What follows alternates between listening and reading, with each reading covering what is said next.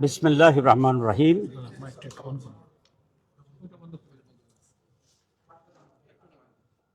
বিসমিল্লাহির রহমানির রহিম।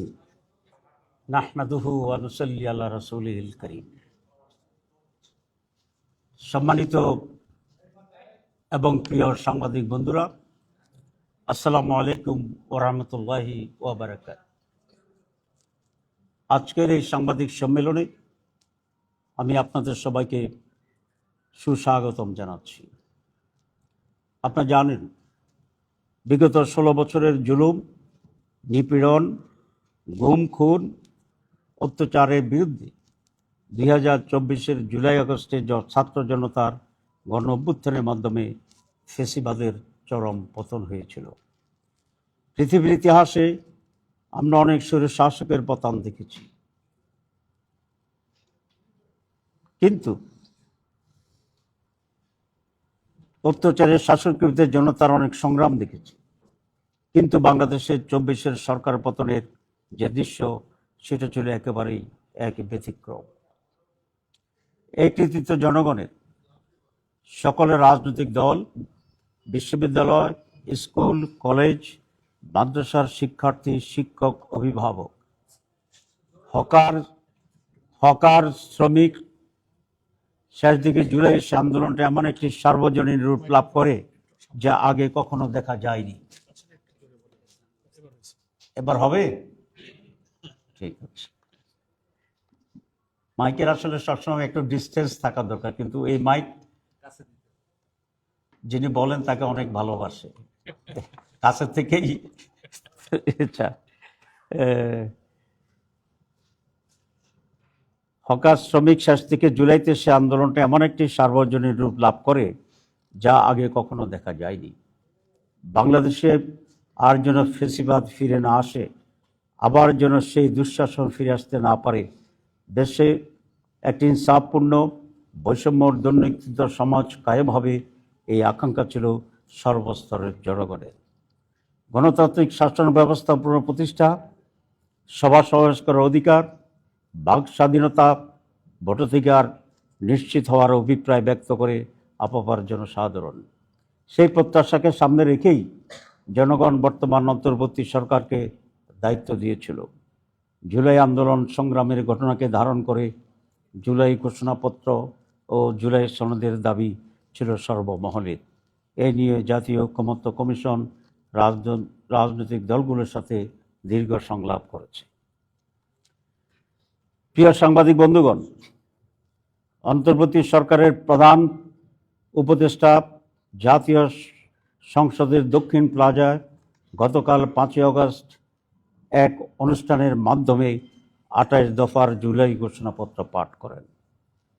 মাননীয় প্রধান উপদেষ্টার এই ঘোষণাপত্র ছিল একটি অপূর্ণাঙ্গ বিবৃতির মতো।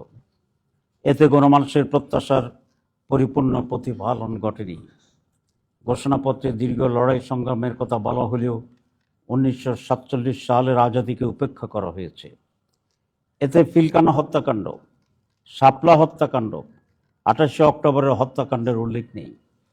জুলাই গণ অভ্যুত্থানের আলিম ওলামা, মাদ্রাসা শিক্ষক ও ছাত্র, প্রবাসী ও অনলাইন অ্যাক্টিভিস্টদের ভূমিকার কথা উল্লেখ নেই, যা ইতিহাসের প্রতি অবিচার ও অবহেলা ছাড়া আর কিছু নয়। জুলাই অভ্যুত্থানের টার্নিং পয়েন্ট ছিল 9 দফা, যা পরবর্তীতে 1 দফায় রূপান্তরিত হয়েছিল। সেই বিষয়টিও ঘোষণাপত্রে এড়িয়ে যাওয়া হয়েছে। প্রিয় সাংবাদিক বন্ধুগণ, জুলাই গণ অভ্যুত্থানের প্রধান আকাঙ্ক্ষা ছিল রাষ্ট্র সংস্কার। এই জন্য 6টি কমিশন গঠন এবং জাতীয় ঐকমত্য কমিশনের সাথে 2 মাসের অধিক কাল যে কাজ, মৌলিকভাবে ঐকমত্যের মাধ্যমে জুলাই সনদ প্রণয়নের সিদ্ধান্ত হয়েছে। অথচ প্রধান উপদেষ্টা কর্তৃক গঠিত জুলাই ঘোষণাপত্রে তার কোনো উল্লেখ নেই। ঘোষণা কখন কিভাবে কার্যকর হবে তা উল্লেখ না করে ঘোষণাকে কিছুটা হলেও গুরুত্বহীন করে ফেলা হয়েছে। পরবর্তী সরকারের হাতে বাস্তবায়নের দায়িত্ব দেওয়ায় হাজার হাজার মানুষের আত্মত্যাগ, রক্তের বিনিময়ে অর্জিত জুলাই চেতনা ও আশাকাঙ্ক্ষা ভুলুণ্ঠিত হয়েছে। বাংলাদেশ জামাত ইসলামী গণ অভ্যুত্থান পরবর্তী সময় থেকে দেশে গণতান্ত্রিক শাসন ব্যবস্থা ফিরিয়ে আনা ও ইনসাফ ভিত্তিক দুর্নীতিমুক্ত সমাজ গঠনের লক্ষ্যে সংস্কার, গণহত্যার বিচার ও সুষ্ঠু নির্বাচনের দাবি জানিয়ে আসছে। সরকারের প্রধান উপদেষ্টাগত নির্বাচনের যে টাইমলাইন ছিল, জামাত শর্ত সাপেক্ষে এটাকে সমর্থন দিয়ে আসছে শুরু থেকেই। আপনারা জানেন আমাদের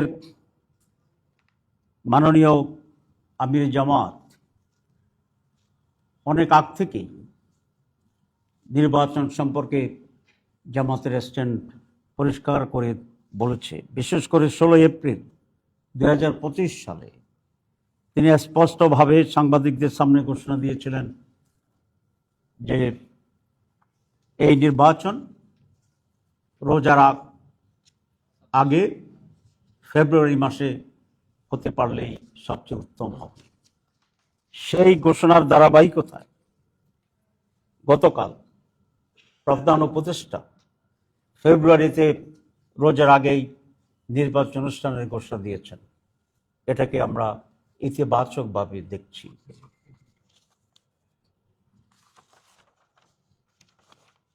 এটা আমরা মনে করি আমির জামাত যে টাইমলাইন দিয়েছিলেন গতকালের প্রধান উপদেষ্টার রমজানের আগে ফেব্রুয়ারিতে নির্বাচন ঘোষণার যে তারিখ ঘোষণা, তার সেই দাবিকেই পূরণ করা হয়েছে।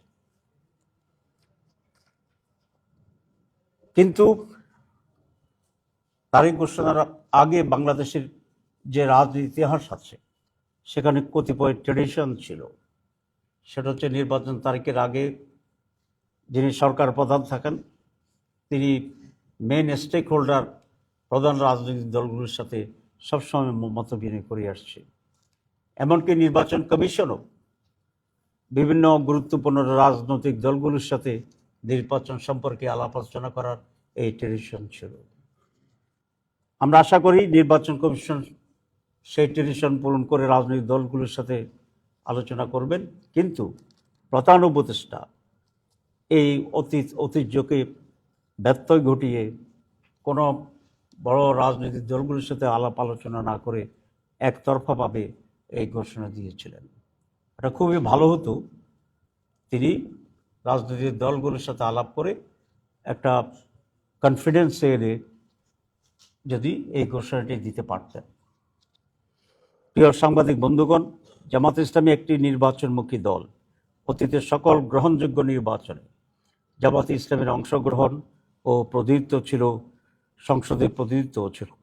সাদেশে জামাত ইসলামী নির্বাচনের প্রস্তুতি চলছে। আমরা লক্ষ্য করছি নির্বাচনের উপযুক্ত যে পরিবেশ থাকার কথা ছিল তা সরকার এখনও নিশ্চিত করতে পারেনি। এজন্য প্রধান উপদেষ্টা ঘোষিত টাইমলাইন অনুযায়ী অবাধ, সুষ্ঠু, নিরপেক্ষ ও গ্রহণযোগ্য নির্বাচন করার জন্যই জুলাই সনদের ভিত্তিতে আগামী নির্বাচনের ব্যবস্থা গ্রহণ করতে হবে। এ লক্ষ্যে জাতীয় ঐকমত্য কমিশন যে জুলাই সনদ প্রণয়নের প্রস্তুতি নিচ্ছে, বর্তমান অন্তর্বর্তী সরকারকে তার আইনি ভিত্তি দিতে হবে এবং এই সনদের ভিত্তিতেই আগামী নির্বাচন অনুষ্ঠান করতে হবে, অনুষ্ঠিত হইতে হবে। এর অতীতেও এই ধরনের সিদ্ধান্তের অনেক দৃষ্টান্ত বাংলাদেশে আছে, দেশের বাইরে তো আছে।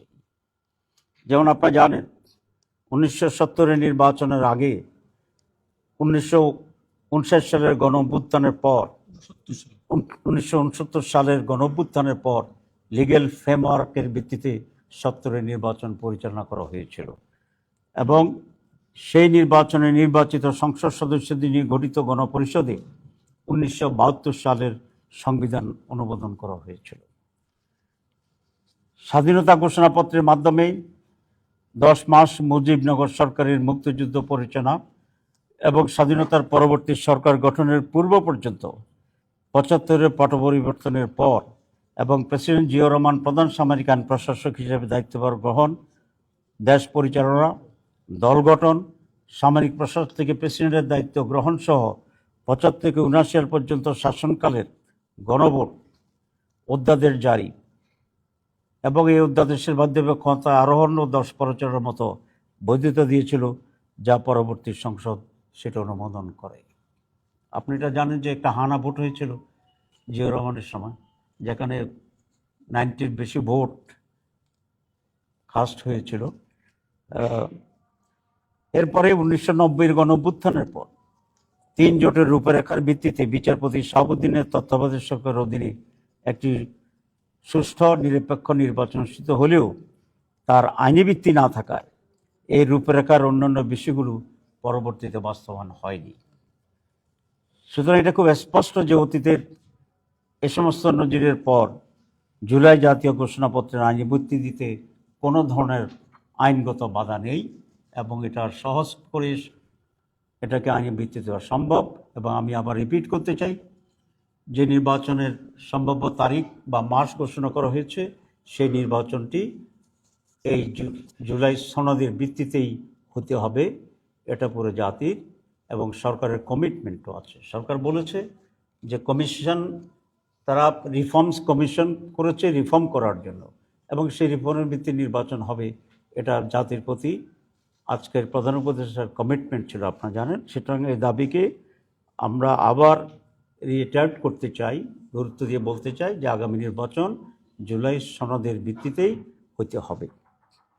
প্রিয় সাংবাদিক বন্ধুগণ, আমাদের আকাঙ্ক্ষা আসন্ন জাতীয় নির্বাচনের তফসিল ঘোষণার পূর্বেই জুলাই জাতীয় সনদ প্রণয়ন দ্রুত সম্পন্ন করে অধ্যাদেশ, এলএফও, লিগ্যাল ফ্রেমওয়ার্ক অথবা গণভোটের মাধ্যমে আইনি ভিত্তি প্রদান করে অন্তর্বর্তী সরকারের সংস্কার কার্যক্রম পূর্ণতা পাবে। এবং এটা যদি না হয় তাহলে অন্তর্বর্তী সরকারের কার্যক্রম বিফলে যাবে। তাই সুষ্ঠু, নিরপেক্ষ ও গ্রহণযোগ্য নির্বাচনের লক্ষ্যে রাজনৈতিক দলগুলোর জন্য লেভেল প্লেয়িং ফিল্ড তৈরি করতে হবে। এর সাথে সংশ্লিষ্ট সকল বাহিনী ও সংস্থাকে কার্যকর ভূমিকা নিশ্চিত করতে হবে। সরকার ও প্রশাসনের মধ্যে স্বৈরাচারের দোষরদের মুক্ত করতে হবে। নির্বাচন কমিশন সহ প্রশাসনের সকল স্তরে নিরপেক্ষতা নিশ্চিত করতে হবে। প্রিয় সাংবাদিক বন্ধুগণ, বাংলাদেশের আপামর জনসাধারণ জুলাই জাতীয় ঘোষণাপত্রকে কেন্দ্র করে যে প্রত্যাশা নিয়ে অপেক্ষা করেছিল, তা পূরণ না হয় জনগণের মাঝে দেশের ভবিষ্যৎ নিয়ে উদ্বেগ ও উৎকণ্ঠা তৈরি হয়েছে। শহীদ ও আহতদের পরিবার সহ জুলাই যোদ্ধাদের মাঝে নতুনভাবে উৎকণ্ঠা পরিলক্ষিত হচ্ছে। ঐকমত্য কমিশনের মাধ্যমে জুলাই জাতীয় সনদ প্রণয়ন ও বাস্তবায়নের রূপরেখা কী হবে তা জাতির কাছে অস্পষ্ট। এমত অবস্থায় আমরা সরকারের প্রতি আহ্বান জানাই, অনতিবিলম্বে জুলাই ঘোষণাপত্রে উপরে উল্লিখিত জন আকাঙ্ক্ষার অপরিহার্য বিষয়গুলো অন্তর্ভুক্ত করা হোক। সে সাথে আরও দাবি জানাতে চাই, বাংলাদেশের অতীতের দৃষ্টান্ত অনুসরণ করে অবিলম্বে জুলাই জাতীয় সনদের প্রণয়নের কাজ সুসম্পন্ন করে বর্তমান সরকারকে তা বাস্তবায়ন করতে হবে এবং এই সনদের ভিত্তিতে অবাধ, সুষ্ঠু ও গ্রহণযোগ্য নির্বাচনের ব্যবস্থা করতে হবে।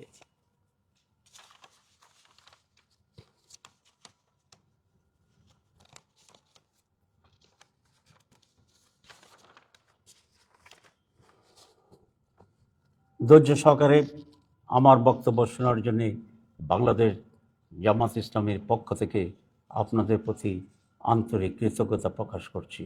আল্লাহ হাফেজ। বাংলাদেশ জিন্দাবাদ। বাংলাদেশ জামাত ইসলামী জিন্দাবাদ। কপিগুলো দিয়ে দাও।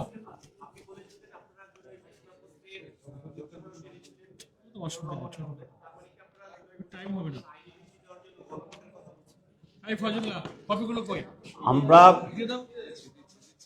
আমরা জুলাই ঘোষণাপত্রের ব্যাপারে আমরা বলেছি যে এটাকে আইনি ভিত্তি দিতে হবে এবং সংবিধানের যে প্রিএম্বল আছে এটাকে প্রিএম্বলে অন্তর্ভুক্ত করতে হবে।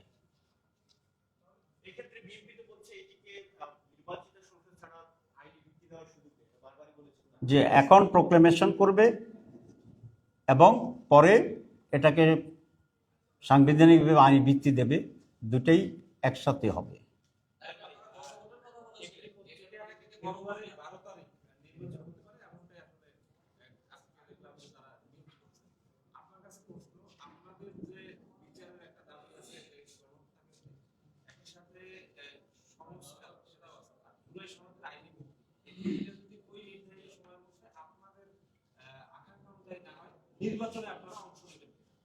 আমরা বলেছি যে নির্বাচনের যে তারিখ ঘোষণা হয়েছে এটা আমাদের আমিরে জামাতের যে টাইমলাইন বলেছিল সেটাকে এটা স্যাটিসফাই করে এবং আমরা এই নির্বাচনকে ইতিবাচকভাবে দেখি। কিন্তু নির্বাচনের আগে আমরা যে কয়েকটি দাবি দিয়েছি এই দাবিগুলো পূরণ হওয়া অপরিহার্য। সুতরাং এখন এখন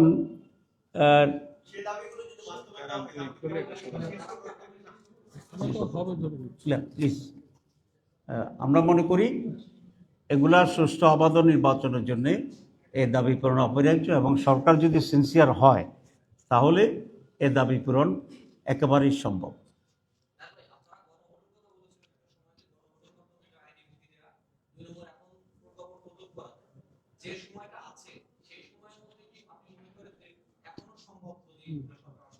জি, আমরা 3টি অল্টারনেটিভ কথা বলেছি এবং যেগুলো আইন কভার করে।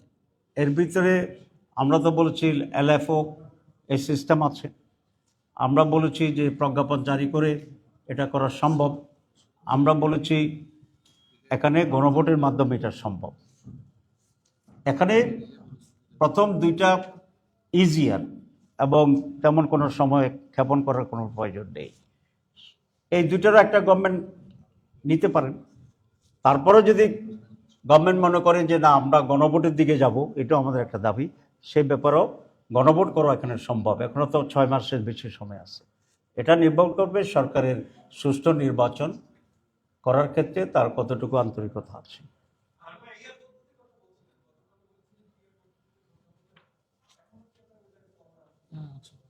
জি, আমরা মনে করি পিআর পদ্ধতিটা হচ্ছে বাংলাদেশের সুষ্ঠু নির্বাচনের জন্য একটা মাইল ফলক হতে পারে। তার প্রথম যুক্তিটা হচ্ছে 54 বছরের ট্রেডিশনাল পদ্ধতির যে নির্বাচন, এই নির্বাচন তো আমরা সুষ্ঠু হইতে দেখি নেই। তো সুতরাং ট্রেডিশনাল পদ্ধতির নির্বাচন বাংলাদেশের জন্য উপযোগী নয়। 54 বছরের রিগিং, রাতে দখল, দিনে দখল, কেন্দ্র দখল, রেজাল্ট মাঠে একরকম, ঢাকায় সার একরকম হয়, সব কিছু দুইটা করে। সেই জন্য আমরা মনে করছি PR may be the best alternative for experiments, number 1। Number 2, যে পিআরের মাধ্যমে ভোটারদের রিয়েল রিপ্রেজেন্টেশনটা হয়। ট্রেডিশনাল পদ্ধতিতে আপনারা দেখেছেন যে 49 কেউ পেল, কেউ 51 পেল, 51 বিজয়ী। একেবারে সুস্থ নির্বাচনও যদি আমি ধরি, আর 49-এর যে ভোট, এ ভোটের কোনো ভ্যালু এখানে থাকে না। আমি যখন নির্বাচন করতাম লোকেরা বলে যে ভোট ফসাবো না, প্রথম বুঝতে পারতাম না, এখন বুঝি যে যেহেতু পিআর এটা কাউন্ট করার সুযোগ আছে, তো সেক্ষেত্রে আগেরটা তো পচার মতোই। আর পুরো হোল কান্ট্রি যে পরিমাণ সমর্থন মানুষের আছে একটা ন্যাশনাল নির্বাচনে বলুন, রিপ্রেজেন্টেশনে বলুন, পার্টি বলুন, সব জায়গাতে পুরো জাতির ভিতরে তার পজিশন কি, দ্যাট ইজ দ্য ইম্পর্টেন্ট, এবং সেটা রিফ্লেকশন হবে। তা আমরা এখনো মনে করি পিআর পদ্ধতিটা বেস্ট পদ্ধতি, আমরা এই নিয়ে আগেই যাবো।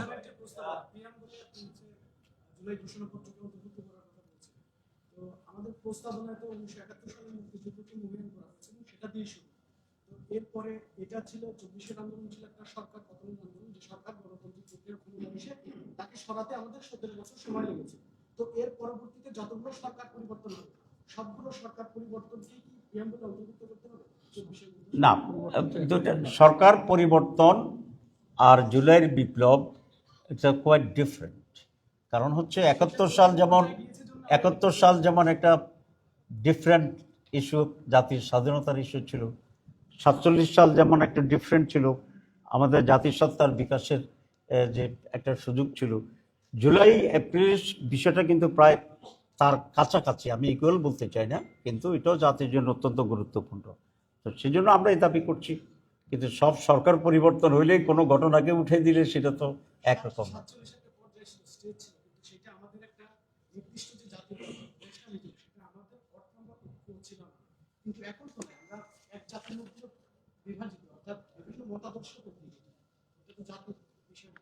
না, এটা মতাদর্শ কেন্দ্রিক, আর আমাদের স্বাধীনতার যুদ্ধ, ব্রিটিশ বিরোধী যে আন্দোলন, সে আন্দোলন থেকে আসছে, সেটা ইজ ডিফারেন্ট। আমরা এটাই মনে করছি। জি, থ্যাংক ইউ। আর কি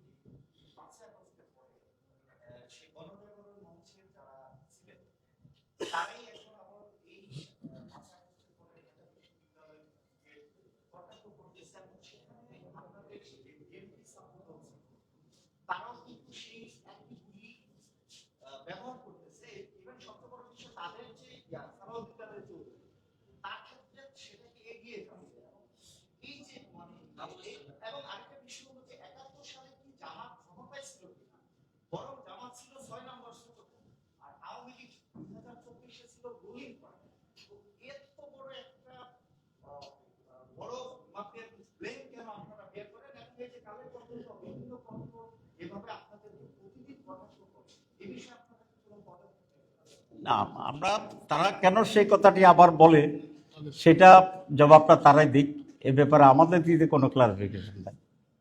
জি,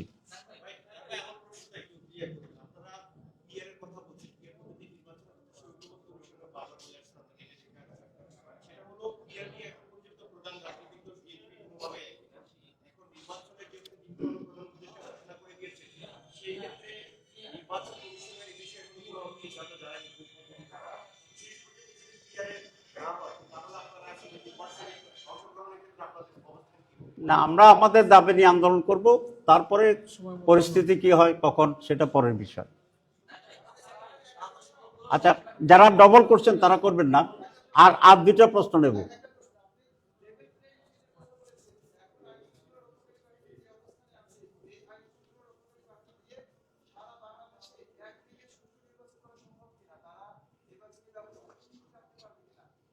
আমরা মনে করি যে আইন শৃঙ্খলা পরিস্থিতি বর্তমানে যেটা বিরাজমান, সেটা মাধ্যমে একটু সুষ্ঠু অবাধ নির্বাচন করা খুবই ডিফিকাল্ট হবে। সেই জন্যই এখানে আমাদের পরিস্থিতির উন্নতি করা দরকার এবং যা যা পদক্ষেপ নেওয়া দরকার সবগুলি নিতে হবে। আমরা কিছুটা ইঙ্গিত এখানে দিয়েছি।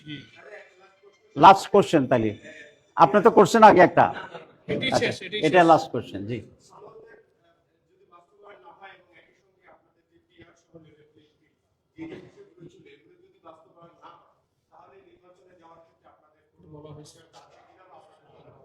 আচ্ছা, এই এই এই প্রশ্নের জবাব তো দেওয়া হয়েছে। জি, তারপরে আপনার শেষ কোশ্চেন। তো সবাইকে ধন্যবাদ। ফি আমানিল্লাহ, আসসালামু আলাইকুম।